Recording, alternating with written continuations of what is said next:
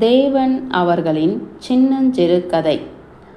அந்த பட்டிக்காட்டு மனிதன் கடிகார கடைக்குள் நுழைந்தபோது முதலாளி வெளியே போயிருந்தான். அவனுடைய பிள்ளைதான் கடையை பார்த்து கொண்டிருந்தான். எனக்கு மலிவான கடிகாரமா ஒன்று வேணும், காண்பிக்கிறீர்களா என்று கேட்டான் அந்த மனிதன். முதலாளியின் பிள்ளை அவனை அழைத்து கொண்டு போய் ஒரு கண்ணாடி பீரோவை திறந்தான். அதற்குள் 3 வரிசைகளாக கடிகாரங்கள் இருந்தன. ஒரு வரிசையில் இருந்த கடிகாரங்கள் ஒவ்வொன்றும் 2 ரூபாய்.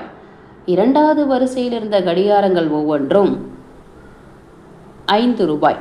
3வது வரிசையில் இருந்த கடிகாரம் ஒவ்வொன்றும் 10 ரூபாய் என்று பையன் சொன்னான். அந்த மனிதன் ஒவ்வொரு ரகத்திலும் ஒவ்வொரு கடிகாரத்தை பார்வையிட்டான். பிறகு அவைகளில் ஒன்றுமே பிடிக்காதவன் போல சுவரில் மேலே மாட்டிருந்த கடிகாரங்களை பார்த்து கொண்டிருந்தான். முதலாளியின் மகனோ அதையே பார்த்து கொண்டிருந்தான்.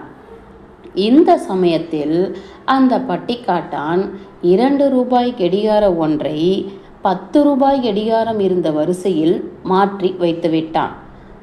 பிறகு 2 ரூபாய் கடிகாரம் எடுத்து 10 ரூபாய் வரிசையில் வைத்து விட்டான்.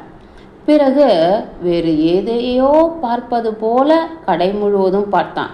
கடைசியில் திரும்பவும் கடிகார பீரோவிடம் வந்து நின்றான். 2 ரூபாய் கொடுத்துவிட்டு தான் மாற்றி வைத்த 10 ரூபாய் கடிகாரத்தை பார்த்து எடுத்துக்கொண்டு போய்விட்டான். அவன் போய் கொஞ்ச நேரத்துக்கு பிறகுதான் முதலாளியின் பிள்ளைக்கு அவன் செய்த சூழ்ச்சி தெரிய வந்தது.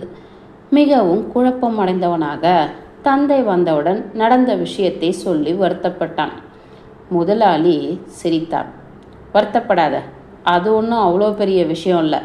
அந்த 3 வரிசைகளில் உள்ள கடிகாரங்களும் நான் ஒரே விலைக்குத்தான் வாங்கினேன். ஒவ்வொன்றும் 1.5 ரூபாய் தான். ஆகையால் இப்பொழுது நமக்கு ஒன்றும் பெரிய நஷ்டமில்லை என்றான். பிறகு ஆச்சரியத்துடன், அது கிடக்கட்டும், போய்விட்டு போகிறது. இப்படி நடு கடை தெருவில் வந்து மோசம் செய்யும் ஆசாமி எவ்வளவு அயோக்கியனாக இருக்க வேண்டும் என்றான்.